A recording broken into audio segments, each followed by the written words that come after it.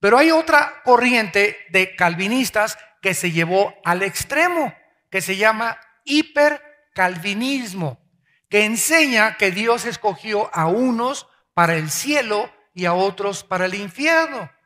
Y cuando esa enseñanza la presentamos de que Dios escoge a unos para el cielo y otros para el infierno, entonces nos convierte a nosotros simplemente en títeres.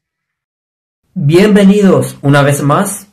¿Alguna vez se ha preguntado por qué algunas personas rechazan el mensaje del Evangelio y otras la aceptan?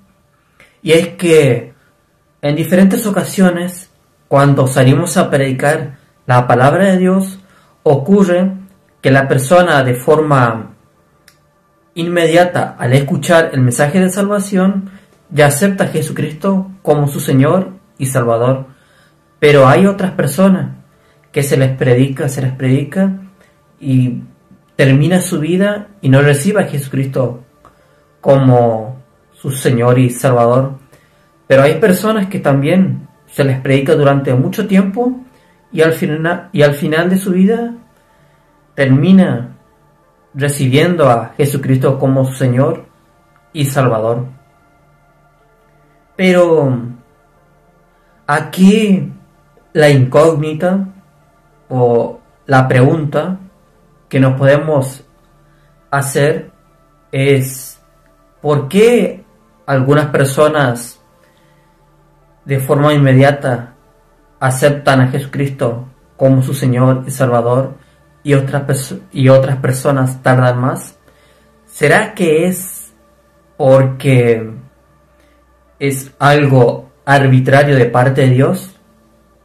¿Será que Dios ha elegido a algunas personas para condenación y a otras para salvación?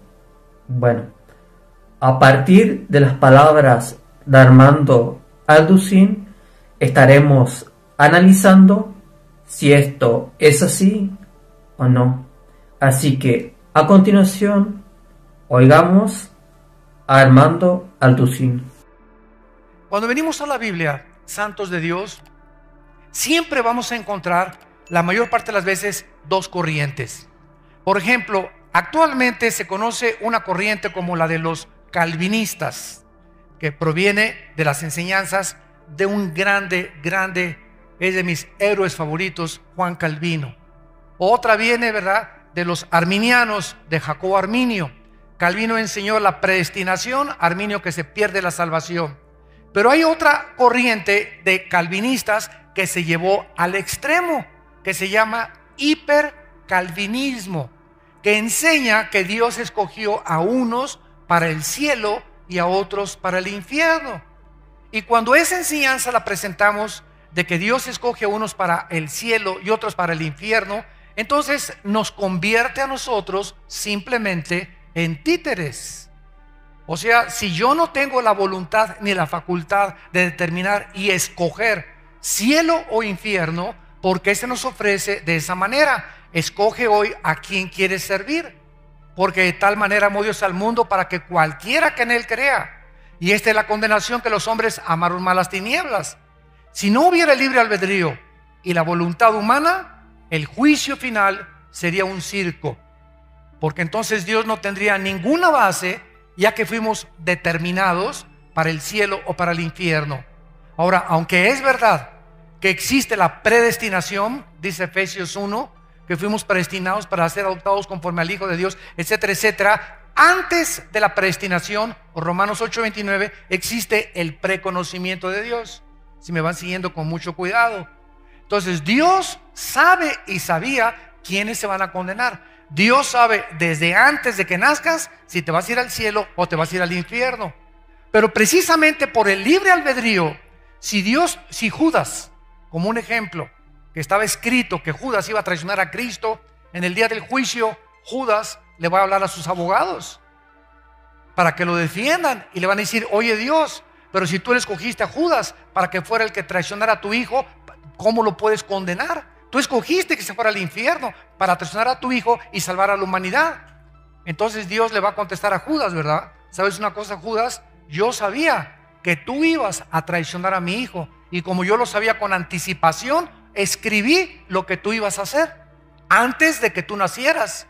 Y Judas le va a contestar: ¿y por qué no lo impediste? Y le va a contestar Dios: porque si lo hubiera impedido, hubiera yo destruido la característica más grande que le otorgué a las criaturas que yo hice en el universo, el libre albedrío. Si yo hubiera intervenido para que tú no hicieras lo que tú estabas haciendo, entonces tú ya no eres libre, ya no eres un agente moral responsable de tus acciones. Ya tus acciones fueron determinadas por mí desde antes de la fundación del mundo. ¿Se dan cuenta? En este fragmento, Armando Lucín expone una temática central dentro del cristianismo. El debate entre la predestinación y el libre albedrío utiliza como referencia las dos grandes corrientes teológicas: el calvinismo, basado en las enseñanzas de Juan Calvino, y el arminianismo, proveniente de Jacobo Arminio.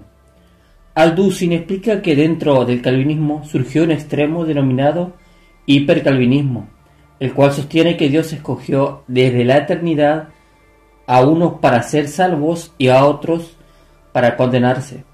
Según el predicador, esta postura lleva a ver al ser humano como un simple títere sin capacidad de decisión, lo cual entra en contradicción con el mensaje bíblico, que constantemente llama al ser humano a elegir, a creer y a arrepentirse. Uno de los puntos más interesantes de su exposición es como Alducin aclara que, si bien la Biblia enseña la predestinación, como lo muestran Efesios 1 y Romanos 8, versículo 29, esta se basa en el conocimiento previo de Dios. Es decir, Dios conoce de antemano las decisiones libres que cada persona va a tomar, pero no la determina de forma forzada. Este principio está respaldado también por las palabras del apóstol Pedro, quien en 1 de Pedro, capítulo 1, versículo 2, afirma que los creyentes fueron elegidos según la presciencia de Dios Padre. Es decir, Pedro mismo enseña que la elección de las personas por parte de Dios se fundamenta en su conocimiento previo, no en una imposición que anule la libertad humana. Dios conoce perfectamente quién lo aceptará y quién lo rechazará, pero deja intacta la posibilidad de cada persona. Para reforzar esta idea, Alducin utiliza el caso de Judas Iscariote como ejemplo. Según él, aunque estaba profetizado que Judas traicionaría a Jesús, esto no significa que Dios lo obligó a hacerlo. Dios simplemente sabía que lo haría y por eso lo registró en las Escrituras. La respuesta de Dios a Judas sería clara. Si hubiera intervenido para impedir su traición, habría destruido el libre albedrío humano. En conclusión, el discurso de Alducin plantea una defensa del equilibrio bíblico entre la soberanía de Dios y la responsabilidad humana. Dios sabe todo, conoce el futuro, pero respeta la libertad que él mismo otorgó al ser humano. De esta manera, cada persona es responsable de sus actos y el juicio final será justo precisamente porque todos tuvieron la capacidad de elegir. Sin más que decir, nos estaremos viendo en un próximo video. Bendiciones.